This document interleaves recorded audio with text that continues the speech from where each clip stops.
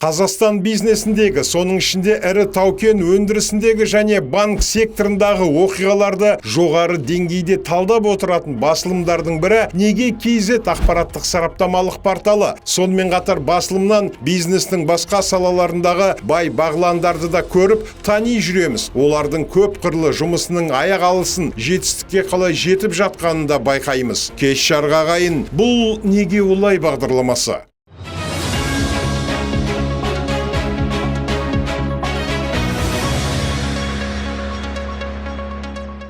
Кәсіпкер Қайрат Мәжібаевтың тасы қалай өрге домалады? Мұны біз Дерзкий Пепси, RG Brands неге мемлекеттің арзан кредитіне қол салды деген тақырыппен берілген материалдан оқып білеміз. Онда былай делінеді. Кәсіпкер Қайрат Мәжібаев иелік ететін RG Brands компаниялар тобы былтыр мемлекеттік Қазақстанның даму банкі акционерлік қоғамынан тікелей 4,9 миллиард теңге, синдикатталған қарыз түрінде 6,8 миллиард теңге жеңілдетілген кредит алған. Несиенің жылдық проценті 7,39, 7,41% аралығында болды. Бұл нарықтық ставкалардан 2 есе аз. Мемлекеттік қаржыландыру инвестиция мен айналымдағы капиталды толтыру мақсатында алынған. Компания франшизамен Pepsi, Mirinda, 7up, Lipton газдалған және тәтті сусындарын өндіреді. Одан бөлек Пиала, Асу, Дада, Грация брендтеріне иелік етеді. Былтыр RG Brands компаниялар тобының выручкасы 171 миллиард теңгеге жетті. Соның арқасында таза пайда 14 миллиард теңгеден асты. 2023 жылы таза кіріс көлемі 2,3 миллиард теңге болғанын ескерсек, былтыр компания үшін өте табысты кезең болғанын байқаймыз. 2023 жылда выручка 171 миллиард теңгеден кем болмаған еді. Бірақ ол кезде компания қызметінің өзіндік құны 104 миллиард теңгеден асып жығылған. Ал былтыр компания осы өзіндік құнды 8 миллиард теңгеге қысқарта алды. Онымен бірге қаржыландыру бойынша шығындары 2 есеге азайды.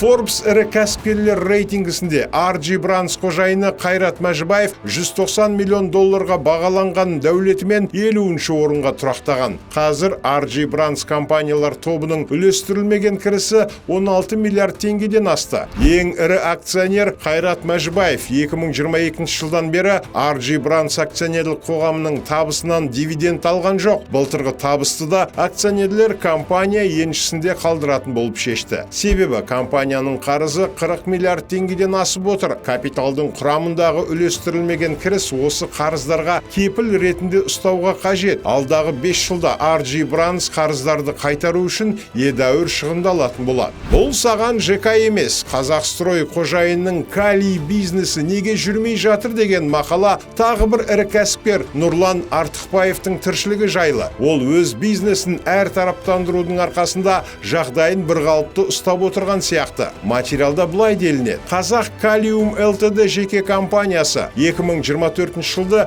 573 миллион теңгемен аяқтады. Калий өндіруші кәсіпорын Қазақстроймен эксклюзив құрылыс компаниялар арқылы ірі кәсіпкерлер тізіміне енген Нұрлан Артықбаевқа қарайды. Оның құрылыс бизнесі жақсы жүріп жатса, калий бизнесі керісінше болмай тұр. Себебі өндіріс әлі калий тыңайтқыштарын сатып, выручкаға шыға қоймаған. Жинақталған шығын көлемі 700 миллион теңгеден асты. Қазақстрой Алматы калий бизнесінің жүруі үшін 5,2 миллиард теңге бөлген болатын. Әзірге Қазақ Калиум ЛТД компаниясы осы ақшаны жеп жатыр. Өндіріс жолға қойылып, тыңайтқыштар сатыла бастаса, Нұрлан Артықбаев калийге салған өзінің инвестициясын ақырындап қайтара бастауы тиіс. Біз кәсіпкер Нұрлан Артықбаевтың өзінің құрылыс бизнесін әр тараптандыруға көшкенін көріп отырмыз. Калий бизнесінен басқа ол өзінің портфеліне телекоммуникация саласында қосты. Оның Телеком Систем ЛТД компаниясы былтырғы жыл аяқталып жатқанда бұрынғы Жусан банкіне тиісті Қазақ Телеком компаниясының акцияларын сатып алған болатын.